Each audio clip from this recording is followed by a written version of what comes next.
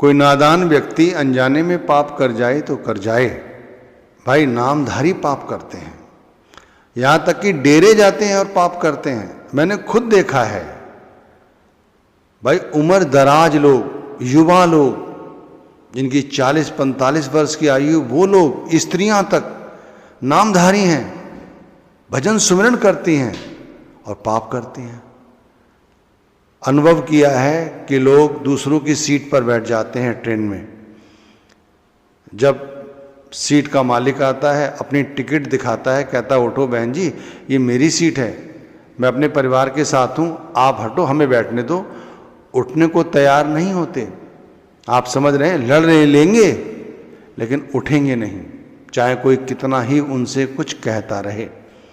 अब बताइए, आपका भंडारे में जाना सफल हुआ?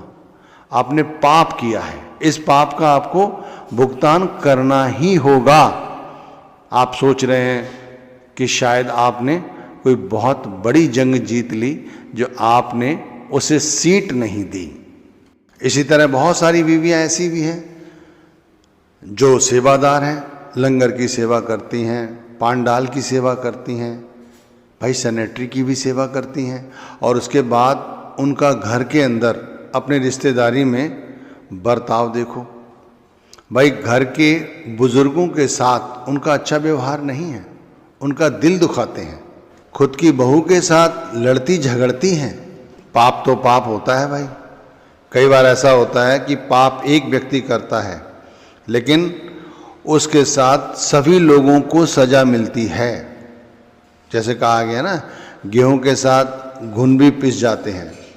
भाई कहीं ना कहीं उस पाप का लोग समर्थन करते हैं।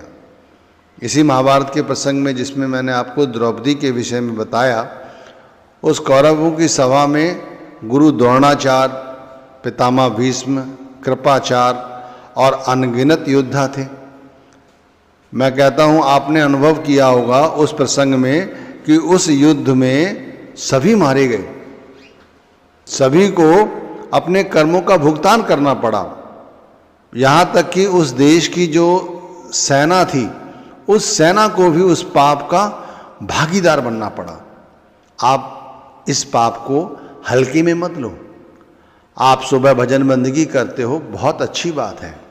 आप भजन बंदगी के साथ साथ अपने आप को इन पापों से बचाओ, जितना हो सके उतना इन पापों को करने से बचो, चाहे वो शरीर द्वारा किया गया हो पाप, चाहे वाणी द्वारा, चाहे मान